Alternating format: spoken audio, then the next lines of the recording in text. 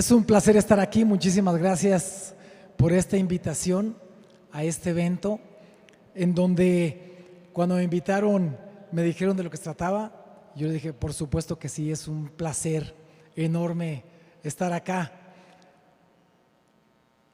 Yo creo que ese video que acaban de pasar, lo comentábamos ahorita tras bambalinas, lo he visto cientos de veces y me sigue emocionando.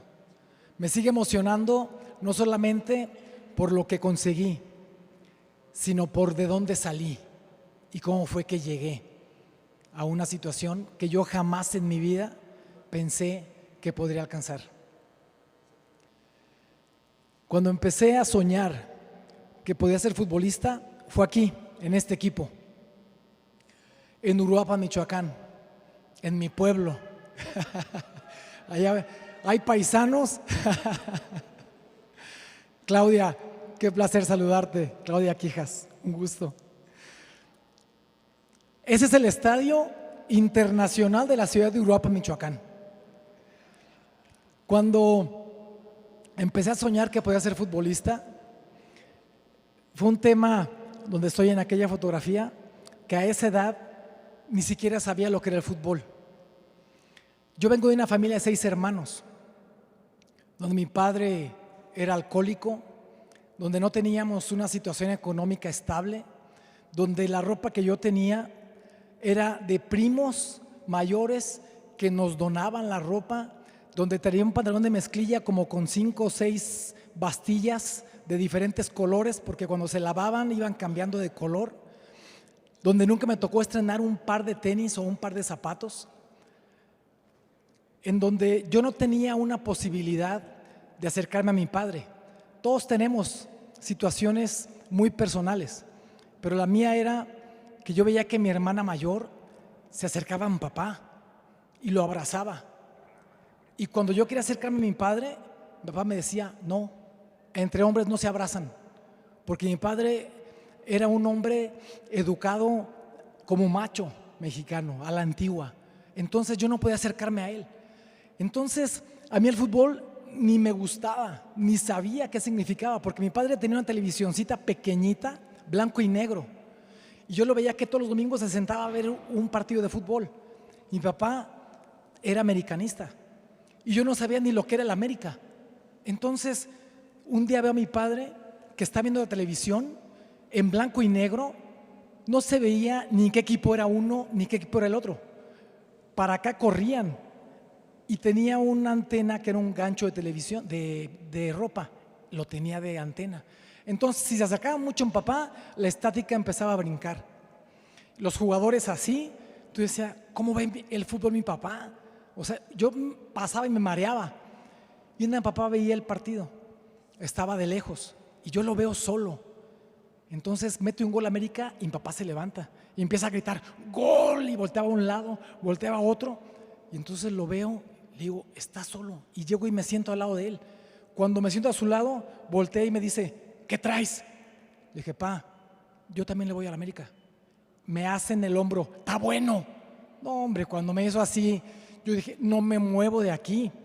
Empiezo a ver el fútbol con papá, mareado, aburrido, ya viendo para un lado para otro, en blanco y negro la televisión, y mete otro gol a América. Cuando mete el gol, papá se levanta y extiende sus brazos hacia mí. Yo ya iba en el aire. Yo ya iba en el aire. Abracé a mi padre. Yo gritaba con todas las fuerzas de mi corazón, ¡gol! Y no sabía ni quién había metido el gol. Pero estaba abrazando a mi papá. Esa fue la primera vez que abracé a mi padre. Después me dice, ya, ya. Y me siento al lado. Me quedé con él. En ese momento veo como mi papá le hablaba a la televisión. Yo decía, ¿está bien mi papá hablándole a la televisión? Se refería a los jugadores por su nombre. Les hablaba con respeto, les hablaba con admiración. Y en ese momento yo volteo a ver a mi papá cómo les hablaba a los jugadores y dice, cuando mi papá les hablaba a gente que no conocía de esa manera, con ese respeto, ahí dije, yo quiero estar ahí. Yo tengo que estar ahí. Porque si mi papá me habla a mí así, entonces voy a hacer lo que tengo que hacer para que me hable así. Y así empezó mi sueño por llegar al fútbol. ¿Quién me dice en un equipo de fútbol cuántos jugadores entran a la cancha? 11 jugadores. ¿Cómo te llamas? Muchísimas gracias. ¿Cuántos jugadores hay en esta fotografía? 12. ¿Quién sobra? El portero. El que sobra soy yo. Ese que está ahí con un suéter tejido, porque ese tejido nos lo había tejido mamá, y ese ni siquiera era mi suéter, era el suéter de mi hermano mayor. Porque cuando a mí me empezó a gustar el fútbol, mi hermano mayor, los colores de ese suéter es azul y rojo, que era el de Cruz Azul, porque mi hermano le iba a Cruz Azul. El mío era amarillo con azul, porque yo le iba a la América. Entonces, pero el mío ya no me quedaba, porque ya habíamos crecido. Entonces me tocó estar en ese equipo. Pero cuando yo tenía 13 años, ya estaba registrado en un equipo de tercera división profesional. ¿Saben lo que es en Uruapan estar en un equipo profesional en tercera división? Todo el mundo te conoce. Yo subía al camión cuando estaba en la secundaria, subía al camión y cuando iba a subir, el chofer volteaba y me veía y me decías, ¿tú eres el portero del Uruapan? Y yo decía, sí, tú no pagas, pásale. No, hombre, yo pasaba caminando, espectacular, y todos volteaban y decían, pues ¿por qué no paga? Pues porque era el portero del Uruapan. Pero cuando me dijeron, te vamos a registrar en el Uruapan, llegué con mi papá y le dije, papá, me van a registrar en el Uruapan. Me dice, ¿qué traes, hombre? ¿Cómo crees? Le dije, es verdad. Agarra el teléfono y le habla por teléfono al dueño del equipo de Uruapan. Le dice, oye, Jorge, está aquí mi hijo diciendo que lo van a registrar en el Uruapan. ¿Qué tan mal están que están registrando escuincles? Entonces, en ese momento le dijo el dueño, no, es que el entrenador ya lo pidió para que lo registren. Y en ese momento yo me puse enfrente de papá y le dije, papá, voy a ser portero de primera división. Colgó el teléfono de mi papá y me dijo, y yo te voy a apoyar. Lo que me unió al fútbol, lo que me unió al sentimiento de llegar fue la situación con mi padre, la relación con mi padre. Pero lo que me alejó de mi papá fue el fútbol.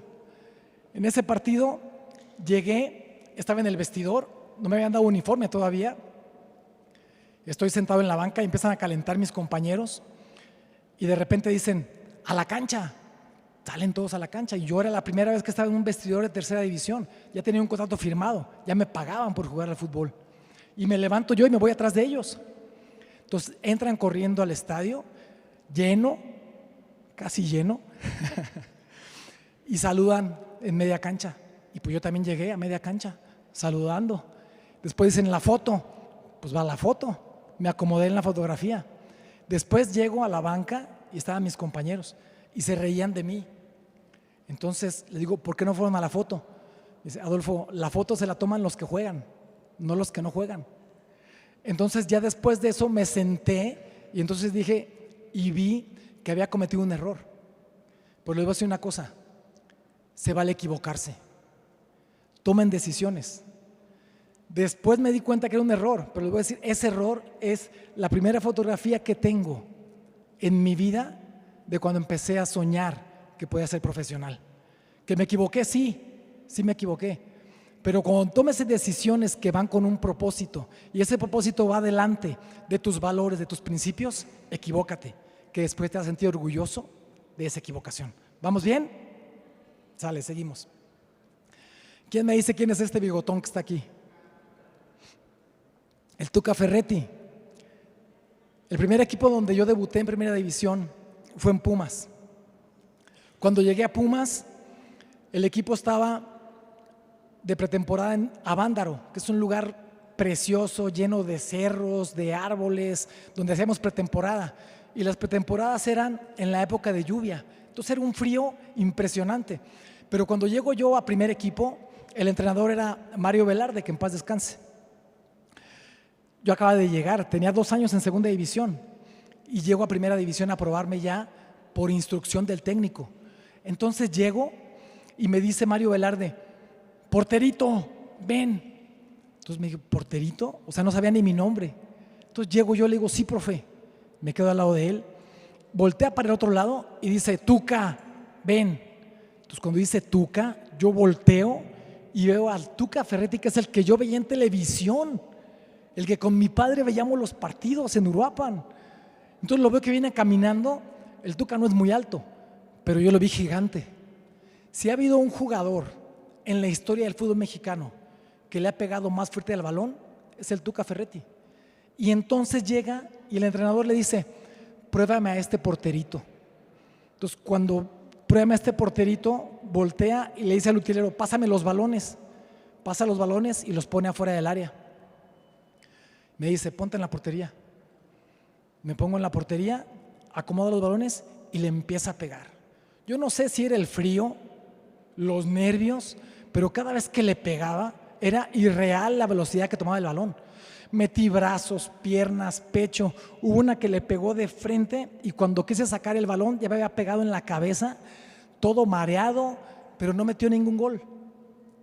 Después voltea y le dice al técnico, Mario, no sé si va a ser bueno o mal portero, pero de que no se quitó a ningún pelotazo que le tiré, eso sí, no se quitó. Lo que el Tuca nunca va a saber es que no me dio tiempo de quitarme.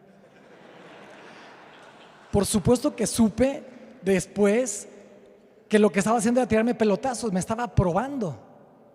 Si hubiera querido meter un gol, lo mete al ángulo. Pero hay un tema. Si yo hubiera sabido que el que me iba a probar para llegar a primera división iba a ser el Tuca Ferretti, yo seguiría en Uruapan, estaría allá. La intención de decirles esto es que se atrevan, que no crean que no están preparados cuando llegue la oportunidad. Prepárense y cuando llegue van a crecer en una dimensión que ustedes jamás pensaron que podían llegar. Seguimos. Los tropiezos son parte de la vida. Yo tengo, y para una situación de portero, las lesiones son un tropiezo. Una cuestión de trabajo, a lo mejor una enfermedad es un tropiezo. A lo mejor un tema físico es un tropiezo. A lo mejor perder el trabajo es un tropiezo. O no conseguir lo que quieres en la escuela puede ser un tropiezo. O en tus estudios, o en tu profesión. Para el portero, las lesiones son un tropiezo. Tengo todos los dedos de las manos fracturados. Tengo órbita izquierda del ojo fracturado. Tengo arco cigomático del lado derecho fracturado. Tengo clavícula fracturada. Tengo rodillas operadas. Tengo muñecas fisuradas, codos fisurados. Un montón de lesiones. Gracias a Dios no me retiré por lesión. Terminé bien. No tuve que retirarme por ninguna lesión. Pero ¿cuáles son los obstáculos que en un momento dado te pueden definir en una situación de vida? Los fracasos. En esa fotografía, cuando estoy con Pumas, fue cuando llegamos a la primera final que me tocó jugar. Yo tenía 19 años. La primera final que jugué fue contra América y la perdimos por mi culpa, porque cometí un error en la final que hizo que mi equipo se cayera, que mi equipo se desmoralizara y que mi equipo perdiera ese partido tan importante. Antes de esa final, yo ya era famoso, ya salía en televisión. Si yo iba a algún lugar, llegaba a un restaurante y estaba lleno, había un tacoín enfrente del club y siempre estaba lleno. Pero cuando llegaba yo, el capitán de meseros, el que estaba ahí en la entrada, me decía, no, Adolfo, tu mesa está reservada, tú pásale para acá, tú no haces fila. Y llegaba yo a mi mesa. Si iba al banco, el gerente del banco salía y me decía, yo te atiendo, pásale para acá, tú no haces fila. Entonces la gente en la calle me detenía, tenía mi coche nuevo, a donde quiera que iba me conocían, me entrevistaban, hasta esa final. Cuando pierdo esa final, cambió radicalmente mi vida. La gente me insultaba en la calle. La gente me llamaba por teléfono en la noche para insultarme, para amenazarme. Mi coche lo encontraba con las llantas ponchadas, rayado. Esa misma gente que antes me decía, pásale enfrente de todos, ahora me decía, no, nos decepcionaste, tú no entras a este lugar. Entonces cambió mi vida. Entonces yo dije, oye, pues no que era tan padre el fútbol. Si el fútbol era todo bonito, ¿por qué de repente desapareció la magia? Y le hablé por teléfono a mi hermano mayor y le dije, ¿sabes qué? Me voy a retirar del fútbol. Me dice, ¿acabas de empezar tu carrera y te vas a retirar del fútbol? Le dije, lo que pasa es que ya no duermo. O sea, me llaman por teléfono para amenazarme, me dejan sobres con papelitos amenazantes, la gente me insulta, ponchan mi auto. Digo, ya no quiero jugar fútbol. Me dice, pues si eso pasa allá, lo mismo está pasando acá. La gente está diciendo lo mismo. Entonces tú vas a definir qué es lo que vas a hacer con tu vida. Y ahí es donde entra la situación de tomar decisiones, de atreverse y ser valientes, porque los tropiezos son lo que te hace crecer. Si aprendes a levantarte, vas a aprender a levantarte de tal forma que vas a fortalecerte para que cuando venga otro tropiezo igual estés preparado para eso. Entonces no tengan miedo a caer, no tengan miedo a tropezarse, porque eso es lo que los va a fortalecer en todo momento. ¿Vamos bien? Sale, vamos a seguir. En las batallas más complicadas descubres lo mejor de ti. ¿Quién es ese de amarillo que está ahí? Ronaldo. Sabes demasiado, ¿eh? Uno de los jugadores que ha sido considerado durante muchos años, era considerado el mejor jugador del mundo. O sea, no es poca cosa, ¿eh? El que está abajo soy yo. Pero cuando yo estaba en los equipos en donde fui seleccionado nacional, que me tocaba jugar contra Brasil, llegaba yo a la colonia donde vivía y me decían mis amigos, Adolfo, van contra Brasil, ¿verdad? Sí. Que no te meta gol Ronaldo. Les decía, pues gracias por el consejo. ¿Está bien? Llegaba al equipo y en mi equipo, ¿ya te convocaron, verdad, Adolfo? Le dije, sí. ¿Y van con Brasil, verdad? Sí. Que no te meta gol Ronaldo. Le decía, bueno, llegaba yo a mi casa, mi esposa, ¿van con Brasil, verdad? Sí. Que no te meta gol Ronaldo. No, yo llegaba a los partidos contra Brasil, que no me meta gol Ronaldo. Y nunca me metió gol Ronaldo, pero no me dijeron nada de Romario. Entonces cuando yo regresaba de los partidos, yo regresaba orgulloso. No me metió gol, ningún gol Ronaldo. Me dicen, ¿por qué te metió gol Romario?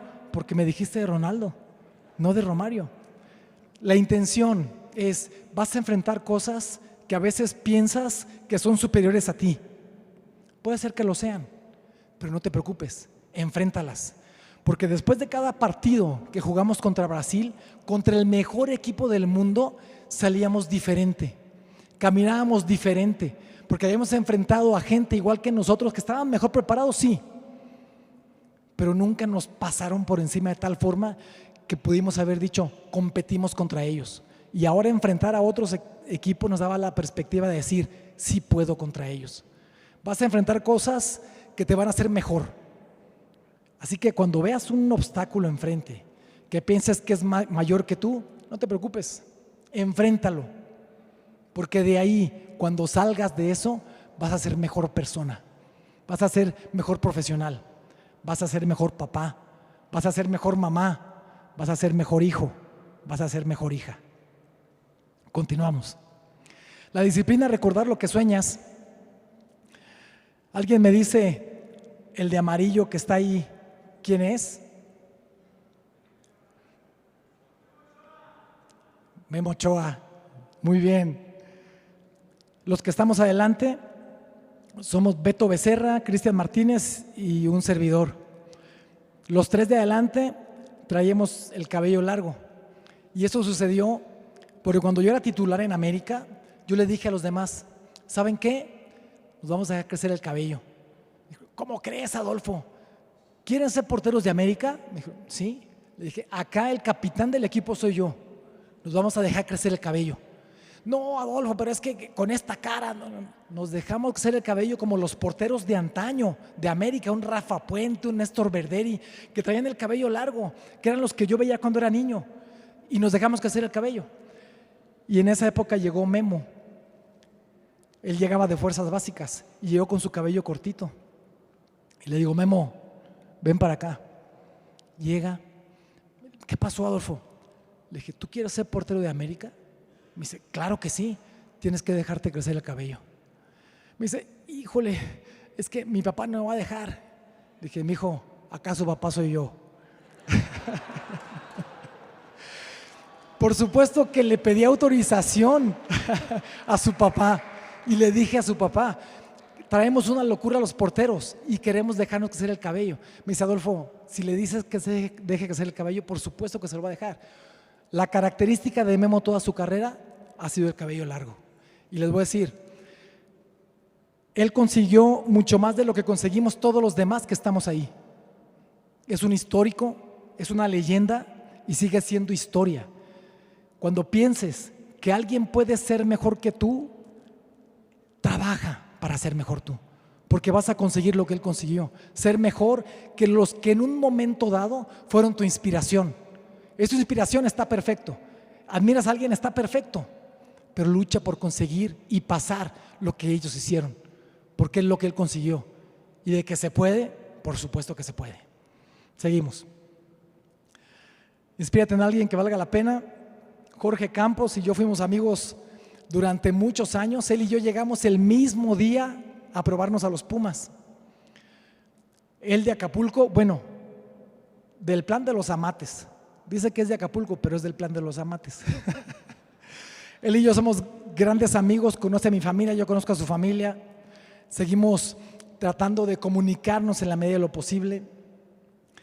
El que está de gorra blanca ya es Néstor Rafael Verderi. Cuando llegué a América fue una cosa bien extraña, porque yo había sido campeón con Necaxa. Entonces salimos campeones. El siguiente torneo me dicen, Adolfo, vamos a empezar la pretemporada tal día. Ah, bueno, y ese día llego a entrenar con Necaxa. Y cuando llego estaba Raúl Arias, que era el entrenador de Necaxa en ese momento. Me dice, Adolfo, hoy no vas a entrenar con Necaxa. Le dije, Raúl, no te entiendo, ¿por qué? Me dice, porque ya no perteneces más a Necaxa. Pues le digo, ¿cómo? Me dice, sí, mañana te presentas en América. Le digo, oye, a mí nadie me dijo nada. Me dice, no, a mí me acaban de hablar, mañana te presentas en América. Al día siguiente llego a las instalaciones de América y cuando abre la puerta del vestidor sale Néstor. Me dice, Adolfo, bienvenido, soy Néstor Rafael, hasta ahí lo dejé. Le dije, Néstor, yo te conozco, yo te veía cuando era niño, tú eres mi ídolo, déjame darte un abrazo. Y le di un abrazo. Me dijo, gracias, Adolfo. Le dije, no, Néstor, tú fuiste una motivación para mí. Quien me dio la bienvenida fue Néstor Rafael Verderi, que era el que yo veía cuando era niño, en mi pueblo, en Uruapan. De ahí me dieron mi uniforme, llegué a casa y le digo a mi esposa, mami, ven. Llega. Entonces pongo yo el uniforme del América y le digo, soy el portero del América. Voltea, ve el uniforme, me ve a mí y me dice, pues, trabajo es trabajo. Le dije, no estás entendiendo, no estás entendiendo. Le digo, yo soñé jugar al fútbol, lo conseguí. Soñé jugar en primera división y lo conseguí. Soñé ser campeón y lo conseguí. Soñé llegar a la selección mexicana y lo conseguí, pero nunca me pasó por la mente que iba a llegar a jugar en el equipo que con mi padre veía cuando era niño. Yo pensé que porque decías que los que a veces llegan a la América ya no la hacen cuando llegan de otros equipos. Le digo, eso veremos. Pero así fue la situación cuando llegué a América y tuve el placer de ser amigo, de ser mentor de uno de los mejores arqueros en la historia de nuestro país, que es Memo Ochoa. Mi mayor orgullo, ser mexicano, jugar en selección nacional. ¿Saben que lo más complicado es llegar a una selección nacional? No solamente por lo que representa tener que pasar los filtros de titularidad, de regularidad para poder llegar a una selección nacional. No, sino cuando llegas a la selección. Porque te vas a encontrar ahí con jugadores que fueron tus rivales, con jugadores que fueron algunos que eran de Chivas y en la cancha les decías de todo. Si tenías chance de darle una patada, le dabas dos. Entonces, esa situación generaba que ahora son tus compañeros, que ahora son tus amigos y que ahora tienes que trabajar con ellos juntos cuando no los puedes ver cuando están en otro equipo. Es una situación complicada, pero es una cuestión de compromiso, es una situación de orgullo y principalmente dejar los egos de lado, porque ahí no representas un escudo, representas un país, representas a tu gente, representas un color y una bandera. Y ahí es en donde realmente te das cuenta quién es líder y quién no. Quién puede llegar a ser figura y quién no.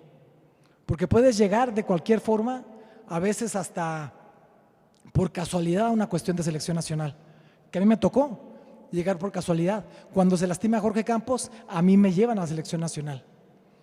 Y cuando me llevan a la selección nacional, me toca jugar eliminatoria mundialista, Copa América en Bolivia, donde soy considerado el mejor portero del torneo. Juego eliminatoria mundialista de Francia 98, siendo titular en todos los partidos, la Copa Quirim, la Copa Carlsberg. Entonces, puede ser que llegues por alguna situación que no esperabas, pero cuando llegas, tienes que estar preparado para dar lo que tienes que dar. Te va a llegar una oportunidad de trabajo, de repente que digas, híjole, ¿qué crees? Aquella persona se enfermó, entonces ahora te van a dar la oportunidad a ti. Tienes que estar listo, que estar preparado, tienes que estar consciente de que a lo mejor es la única oportunidad que se te va a presentar para esa posibilidad de trabajo, y no dejes la oportunidad pasar. Por eso prepárate todos los días. No es suficiente lo que hiciste hoy para lo que tienes que hacer mañana. Cada día te va a dejar algo nuevo, pero preocúpate por eso. Todo lo que siembras cosechas. El trofeo que aparece del lado izquierdo, ese trofeo se le llamaba en aquel entonces Citlali y se le entregaba a cada jugador por posición. Al término del torneo, la prensa hacía una votación y decía: el mejor delantero se le entregaba un Citlali, al mejor portero se le entregaba un Citlali, al mejor defensa o al mejor medio se le entregaba un Citlali, era por posición. Yo tengo la bendición de tener 6 de esos en casa. Gané 6 ocasiones el Citlali, pero no lo hice solo, porque acá la situación es: aprende a trabajar en equipo. Si no aprendes a trabajar en equipo, no vamos a conseguir las cosas que podemos llegar a alcanzar. Y no importa que tengas al lado a alguien que no te caiga tan bien, no te preocupes.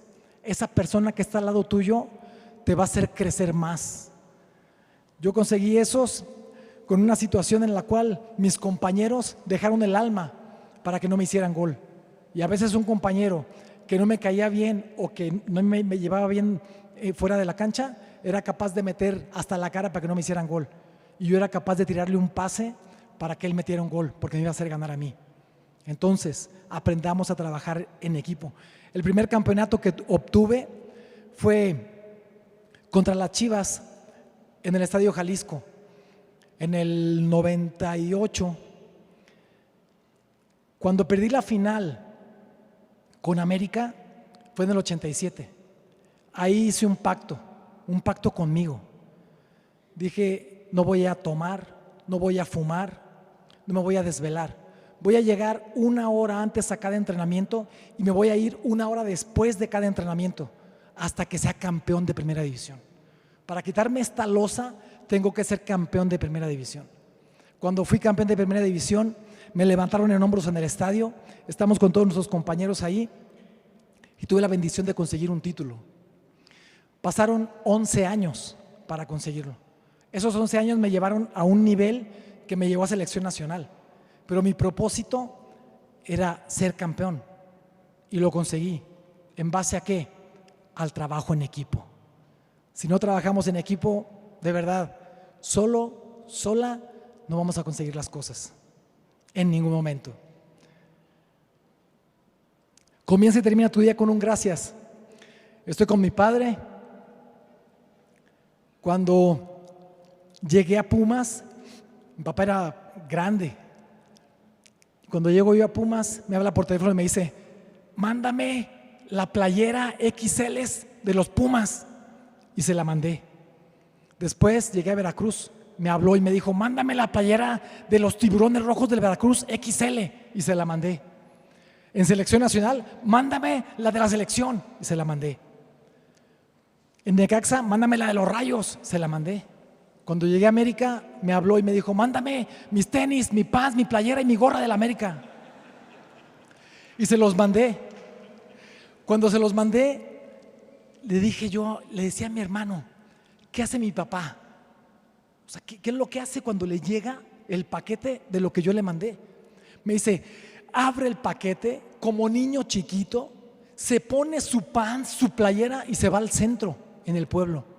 Y se sienta en la silla donde están los portales, en una cafetería, donde está la mesa más cercana donde pasa toda la gente con su playera del América, para que toda la gente que pase lo pueda ver en donde está jugando su hijo. ¿Qué les quiero decir con esto? Muchas veces la gente que tenemos cerca no tiene la capacidad que nosotros quisiéramos que tuvieran para demostrarnos su amor. Pero ellos tienen sus formas y tienen sus momentos. Pero ellos, quiero decirles algo, ellos los quieren a su manera. Mi papá me demostraba de lejos cuánto me quería, aunque yo no estaba ahí.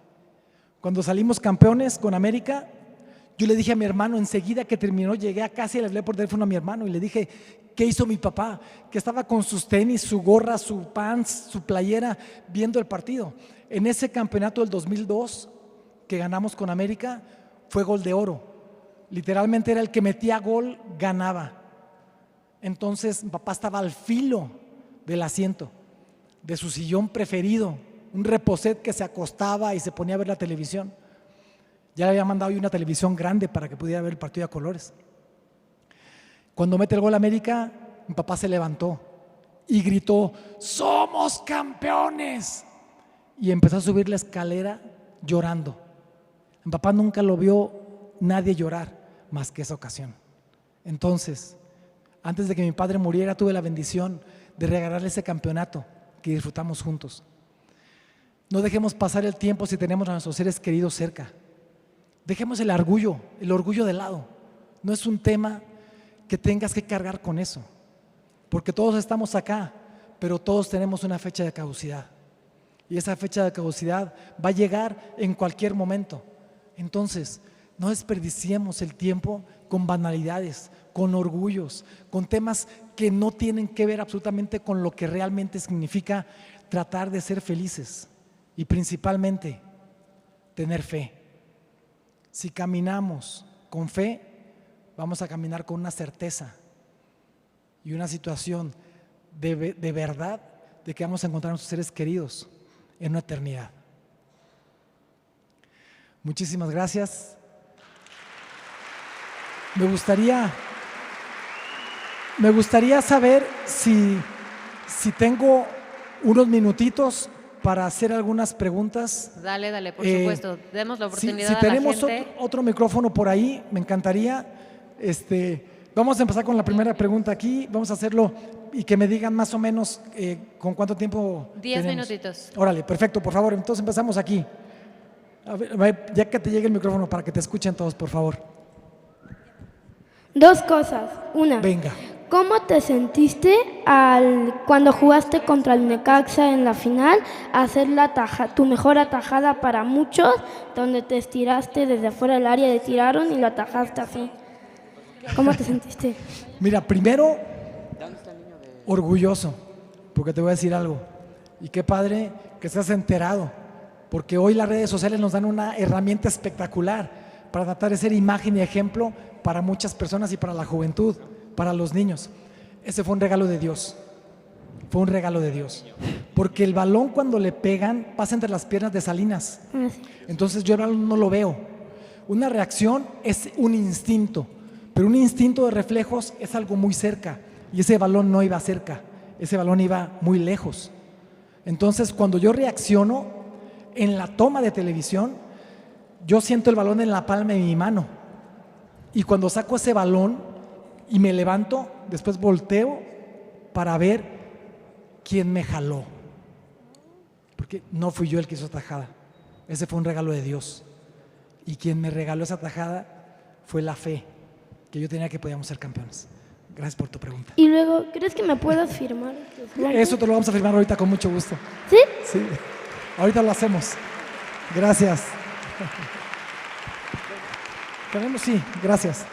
Hola, muchas gracias, mucho gusto. Y bueno, mi pregunta principal es saber o sea, de un futbolista, de una persona que es figura pública, de cómo empezó desde abajo y que poco a poco fue creciendo, ¿cómo le hace uno para que no se le suba? ¿No? Porque la humildad es la que construye el éxito.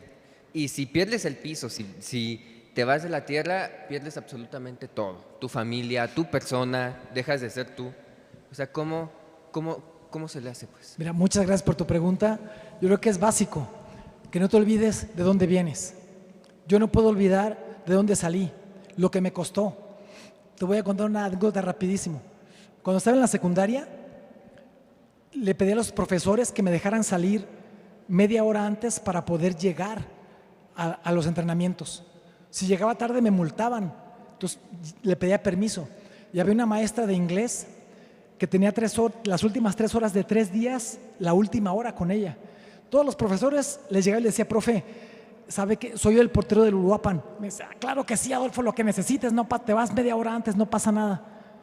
Y con la maestra cuando llego y le digo, Miss, eso que le dije Miss en inglés y todo, soy el portero del Uruapan. Estaba viendo algo en su cuaderno, ni se inmutó. Entonces en ese momento me acerco más y digo, Miss, es que quiero pedirle permiso, y se levanta.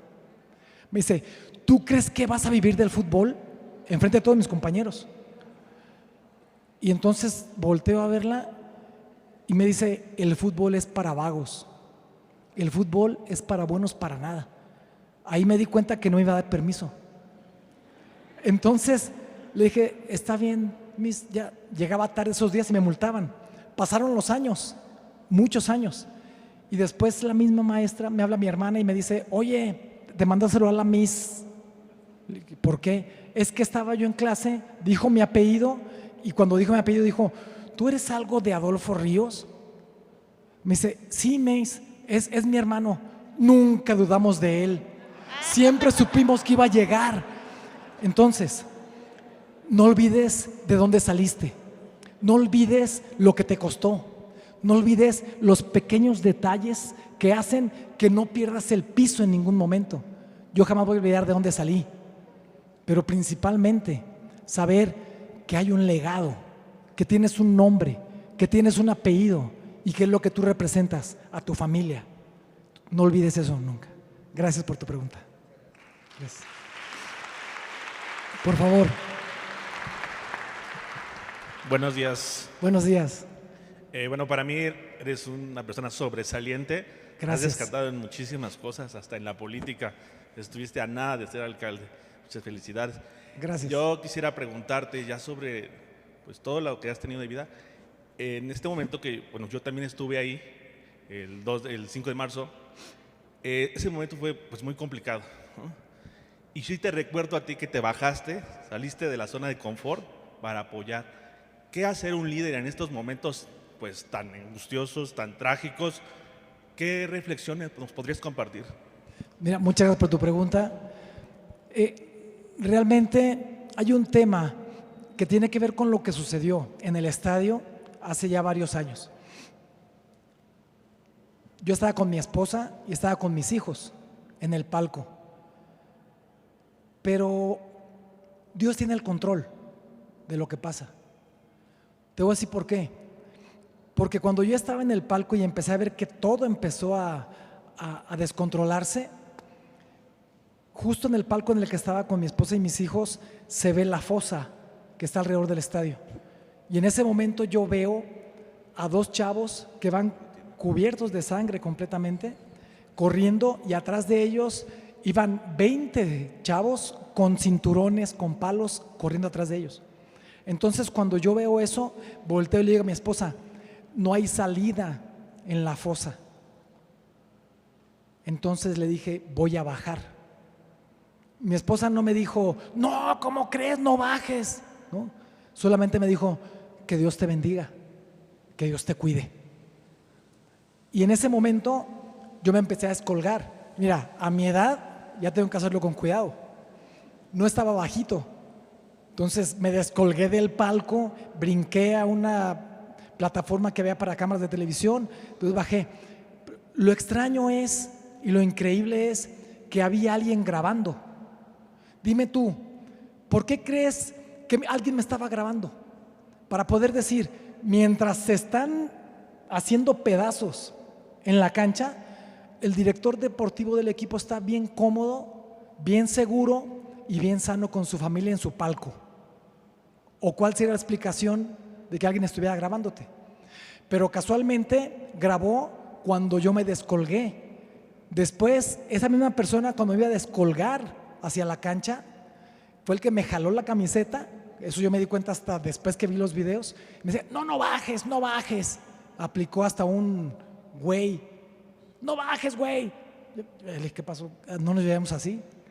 Entonces me bajé. Cuando llego, bajo yo a donde estaba la fosa. Por suerte había una hielera que habían tirado. Ahí me amortiguó un poquito y bajé. Cuando llego, estaban los dos chavos hincados, pidiéndole a la gente que no nos golpearan más, llenos de sangre. Y entonces cuando yo llegué solamente grité, déjenlos, soy Adolfo Ríos. Fue lo único que se me vino a la mente. Y cuando voltean, mi Adolfo, una selfie, déjenlos. Y los dejaron. Los chavos me dijeron, Adolfo, ayúdanos. Estábamos atrás de las bancas justamente donde está la gente de las ambulancias. Ahí me auxiliaron, subieron en camillas a los chavos, se los llevaron al hospital. Y los chavos están bien. Entonces, la situación de un liderazgo no tiene que ver con el cómo te prepares. Tiene que ver con el corazón que tienes. Tiene que ver con tus valores, con tus principios. Porque nadie, por más cursos que tomé de manejo de situaciones, de manejo de grupo, de capacitación, nadie te va a poner en una situación como esa para decir qué harías si pasa eso, porque nadie pone en el escenario eso. Pero si hay un tema, Dios tiene el control, y si confías en Dios, Él te va a respaldar. Gracias por tu pregunta.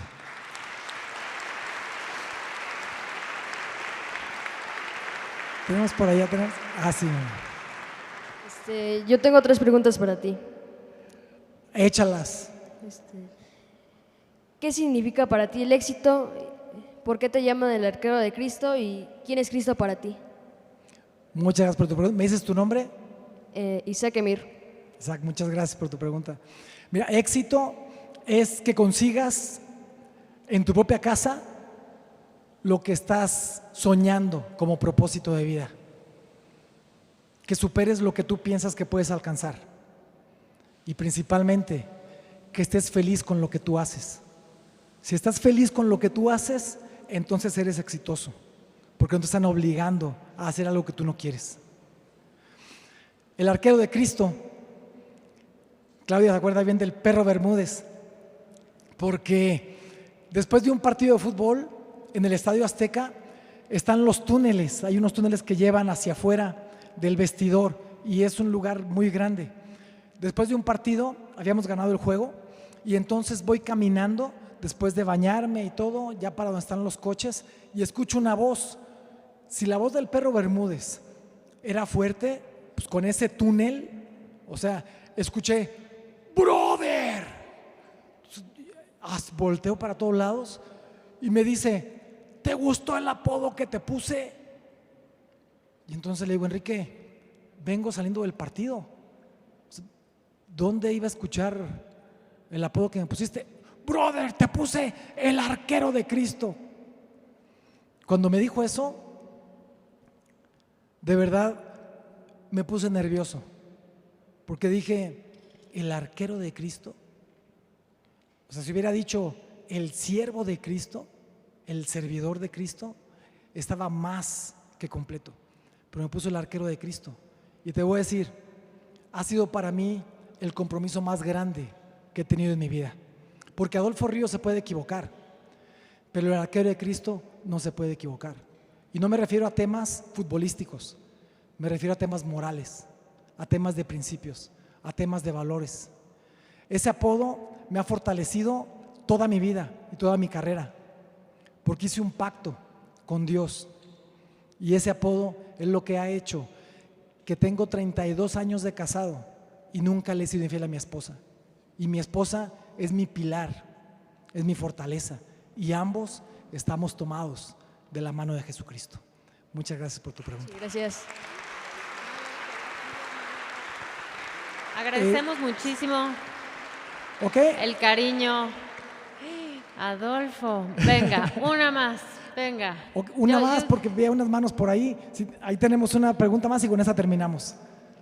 Muchísimas gracias. Hola, buenos días. ¿Cómo estás? Yo soy amante del deporte y de muchas otras disciplinas, pero yo quisiera preguntarte cómo haces tú o los demás en el aspecto emocional cuando no quedan en un selectivo, cuando no quedan en el primer lugar, porque a veces nos preparan o nos preparamos para saber ganar, pero nunca para saber perder. Y el apoyo emocional familiar, del equipo, del entrenador, ¿cómo se hace ese tema? ¿Cómo se lleva ese tema? Muchas gracias por tu pregunta. Mira, realmente tienes que aprender a caer. Y tienes que aprender a que esas caídas son una fortaleza para ti. Porque si no aprendemos a caer, entonces cuando ganemos, vamos a creer que es el único camino. Y no es así. El camino es tropezar, el camino es aprender. Y el camino es saber que no todo en la vida es de color de rosa, pero principalmente prepararte para ello. Ahorita que íbamos a entrar me decían, ¿no estás nervioso? Le dije, ¿sabes qué? Estoy emocionado. Porque me encanta cuando me invitan a hacer y a dar y a compartir una conferencia, porque tiene que ver con eso, con los tropiezos, con las caídas, con los fracasos. Porque los fracasos tienen que ser nervios, tiene que ser presión, pero tiene que ser pasión. Si no te apasionan las cosas, cuando caigas no vas a salir adelante. Pero si te apasiona, cuando caigas es lo que te va a hacer levantar. Las cosas son muy complicadas siempre, porque estás compitiendo contra otras personas que quieren lo mismo que tú. Pero te voy a decir algo, el camino es muy largo y los tiempos son muy cortos. Disfruta cada oportunidad que tienes. Disfruta cuando ganas y aprende cuando pierdes. Pero nunca dejes de disfrutar lo que haces. Y en ese camino, a lo mejor vas a encontrar cosas que tú tenías como propósito a este lado, y ese camino te llevó a otro. Y a otro que va a llenar tu corazón como jamás pensaste que lo iba a llenar. Que va a ocupar tu mente como jamás pensaste que le iba a ocupar. Y que vas a sentirte realmente amado o amada con lo que haces cuando ni siquiera lo soñaste que podías llegar a ese lado. Pero la intención es, sigue compitiendo, leal en todo momento y sigue preparándote cada día. Que cada día tiene un afán, pero que el afán de hoy no lo lleves para el día de mañana. Mañana también tiene su propio afán. Muchas gracias. Muchas gracias. Muchas gracias. Adolfo, siempre un placer tenerte. Por supuesto que tenemos que repetir la ocasión. Gracias. Venga, tu reconocimiento, Ernesto Altamirano, muchísimas gracias. Adolfo Ríos, exportero de la selección mexicana.